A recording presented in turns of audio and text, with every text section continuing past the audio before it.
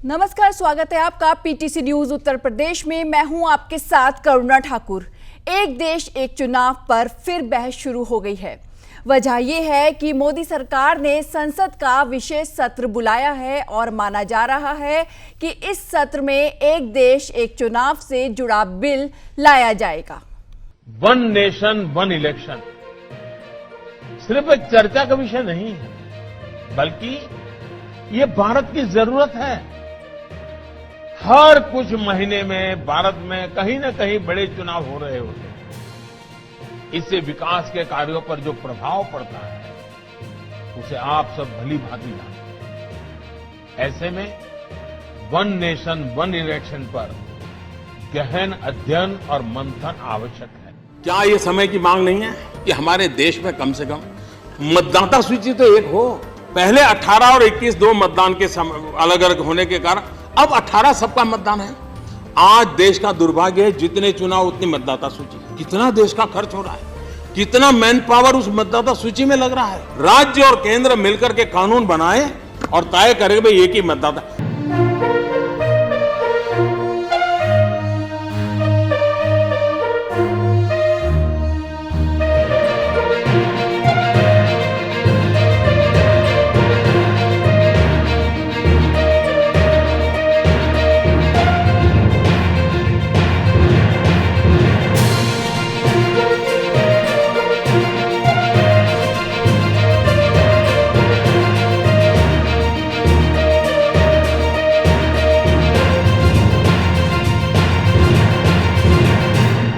हालांकि इस सुगबुगाहट के बाद विपक्ष का क्या कहना है, ये भी जान लीजिए। देखिए, स्पेशल सेशन तो सरकार बुला रही है और बिल्कुल ही कम वक्त दिया गया है, मगर हम शुरू से ही डिमांड कर रहे थे कि स्पेशल सेशन बुलाया जाए, क्योंकि चीन हमारी भारत की 2000 स्क्वायर किलोमीटर पर कब्जा करके बैठा है और चीन डेप्सांग डेमचौक को छोड़ नहीं रहा है।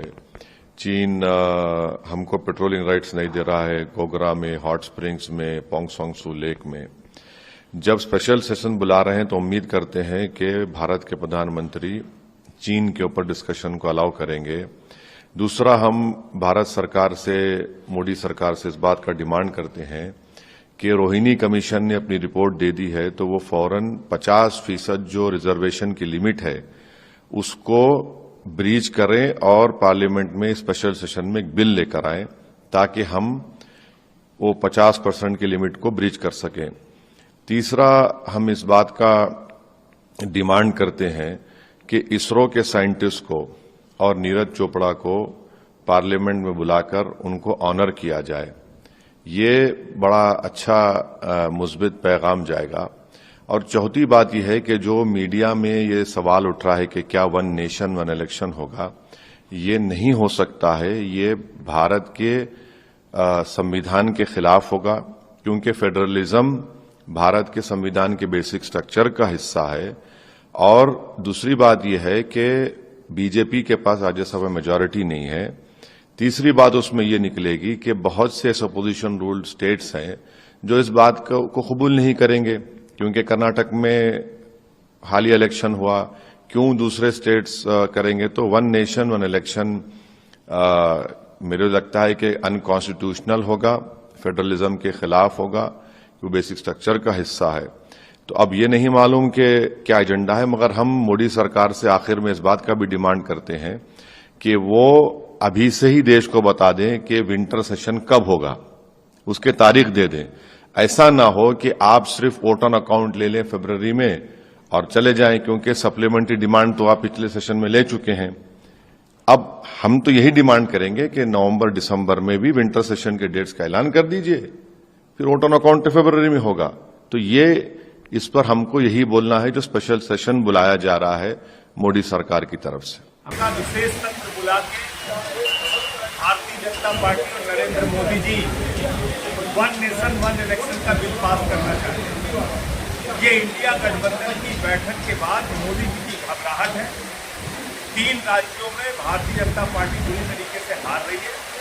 राजस्थान, मध्य प्रदेश, छत्तीसगढ़, और इसी के कारण लोकसभा और विधानसभा का चुनाव पोस्टपोन करना चाहते हैं। एक साथ कराना चाहिए। ऐसी चर्चा अमित शाह जी से बात करके सरकार के एक मंत्री भी कर रहे थे और ये निश्चित रूप से इंडिया गठबंधन के बनने के बाद नरेंद्र मोदी जी और भारतीय जनता पार्टी की घबराहट का नतीजा है कि वो अब वन नेशन वन इलेक्शन के सहारे चुनाव जीतने का सपना देख रहे हैं, जो सपना कभी भी पूरा नहीं होगा, वो सपना चकनाचूर होगा। लोकसभा के भी चुनाव में, विधानसभा के भी चुनाव में इंडिया का प्रधानमंत्री बनेगा, अडानी का प्रधानमंत्री नहीं बनेगा। एक देश एक चुनाव पर सबसे बड़ा सवाल ये है कि हमारे देश में एक साथ चुनाव कैसे हो सकते हैं, ये मुमकिन है या फिर नहीं। हालांकि संसद के मॉनसून सत्र में सरकार ने इसका जवाब दिया था। केंद्रीय कानून मंत्री अर्जुन राम मेघवाल ने संसद में बताया था कि साथ में चुनाव कराने के लिए संविधान के अनुच्छेद 83, 85, 172, 174 और 356 में संशोधन करना होगा। पहले जान लो क्या कहते हैं ये अनुच्छेद। अनुच्छेद 83, इसके मुताबिक लोकसभा का कार्यकाल 5 साल तक रहेगा। अनुच्छेद 83(2) में प्रावधान है कि इस कार्यकाल को एक बार में सिर्फ 1 साल के लिए बढ़ाया जा सकता है।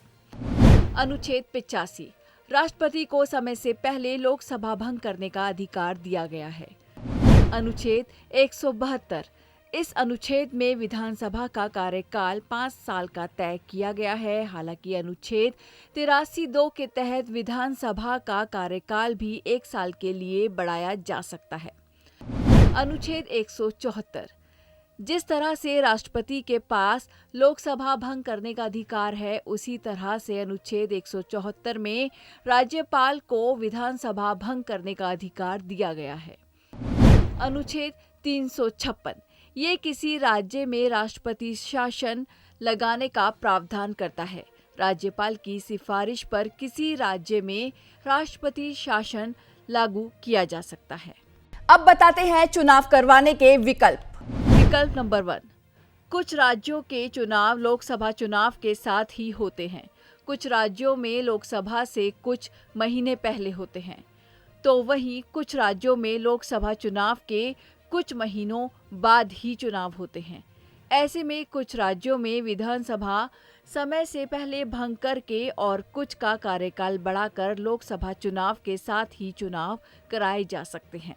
मध्य प्रदेश, छत्तीसगढ़, राजस्थान, मिजोरम और तेलंगाना में विधानसभा चुनाव लोकसभा चुनाव से कुछ महीने पहले होने हैं और आंध्र प्रदेश, अरुणाचल प्रदेश, हरियाणा, महाराष्ट्र, ओडिशा और सिक्किम में चुनाव लोकसभा चुनाव के कुछ महीनों बाद होंगे, जिन्हें साथ में ही करवाया जा सकता है। विकल्प नंबर 2, कई राज्यों में विधानसभा चुनाव लोकसभा चुनाव के 2 साल बाद खत्म होते हैं। ऐसे में 2 फेज में चुनाव कराए जा सकते हैं। पहले फेज में लोकसभा के साथ ही कुछ राज्यों के विधानसभा चुनाव हो जाएं और दूसरे फेज में बाकी बचे राज्यों के चुनाव हो जाएं। ऐसा होता है तो 5 साल में 2 बार ही विधानसभा चुनाव होंगे।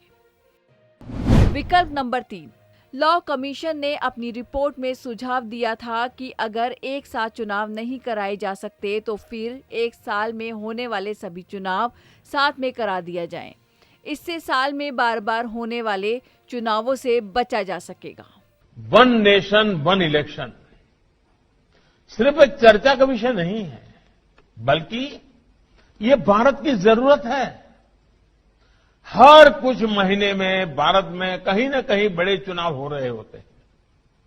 इससे विकास के कार्यों पर जो प्रभाव पड़ता है उसे आप सब भली भांति जानते हैं। ऐसे में वन नेशन वन इलेक्शन पर गहन अध्ययन और मंथन आवश्यक है।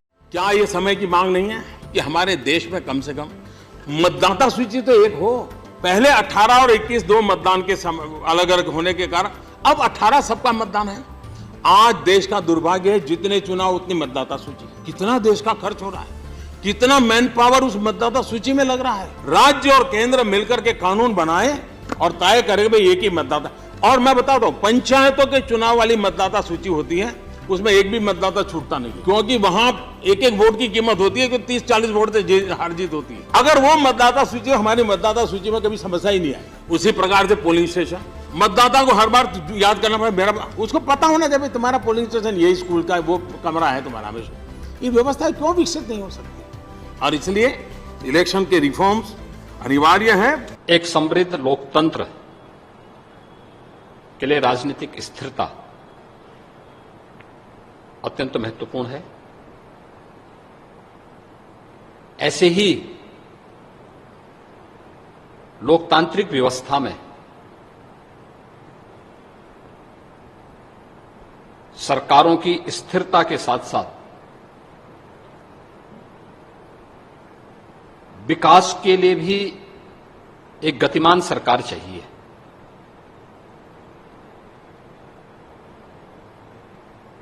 और इस देश से वन नेशन वन इलेक्शन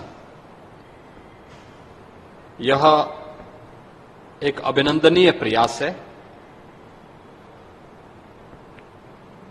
हमें प्रसन्नता है जानकर के कि वन नेशन वन इलेक्शन के लिए जो कमेटी बनी है इसके अध्यक्ष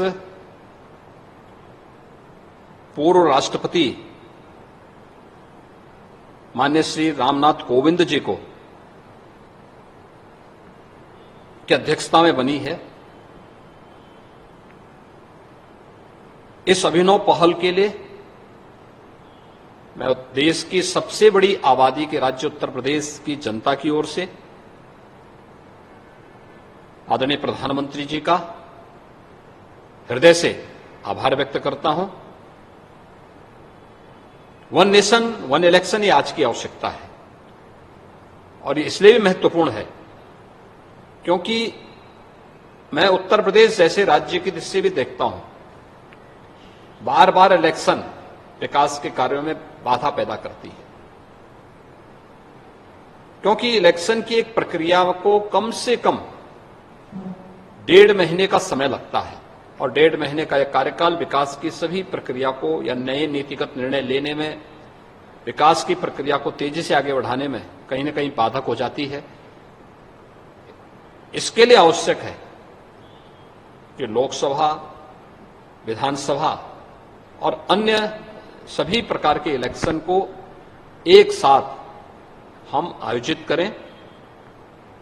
एक बेहतरीन पहल हुई है, यह न केवल विकास के लिए बल्कि लोकतंत्र की समृद्धि और लोकतंत्र की स्थिरता के लिए, जो प्रत्येक नागरिक के जीवन में खुशहाली लाएगा, उसके लिए यह एक अभिनंदनीय पहल है। मैं इसका स्वागत करता हूं। यहाँ ये जानना जरूरी है, अगले कुछ महीनों में राजस्थान, मध्य प्रदेश और छत्तीसगढ़ में विधानसभा चुनाव होने हैं। खबर है तीनों ही जगह बीजेपी की स्थिति मजबूत नहीं है। हालांकि विपक्ष का इंडिया गठबंधन कहीं ना कहीं मजबूती पकड़ रहा है और ऐसे में यदि एक देश एक चुनाव बिल पास हो जाता है तो लोकसभा और विधानसभा चुनाव एक साथ होंगे और विपक्ष वर्सेस पीएम मोदी के चेहरे पर चुनाव लड़ा जाएगा। पीएम मोदी की लोकप्रियता अभी भी पूरी तरह बरकरार है। वे लोकसभा के साथ तीनों राज्य में आसानी से चुनाव जीत सकेंगे। फिलहाल के लिए इतना ही। मुझे दीजिए इजाजत। नमस्कार।